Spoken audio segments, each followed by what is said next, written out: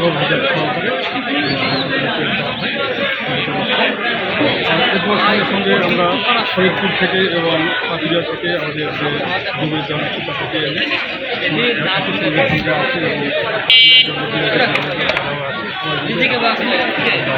আমরা আছি এবং দুটোই 11টা 15 মিনিটের মধ্যে আমরা মালামাল প্রসেস যাত্রীদের কাছে কিছু দেওয়া প্রসেস রাষ্ট্র কিছু দেওয়া হচ্ছে শেষ হয়ে গেল এবং গাড়ির ভিতরে আমরা কোনো লোক পাইনি বা ছিল না ড্রাইভারকে আমরা জিজ্ঞাসা করেছি ভিতরে কোনো লোক ছিল না এবং বাস্তবেও পাই নাই এই আর কি ঘটনাটা কীভাবে ঘটলো কতদিন জানা আমরা যতটুকু জানতে পারি ফেরিতে ওঠার সময় গাড়িটা করে যায় তারপরে তদন্ত করে আমরা জানতে পারবো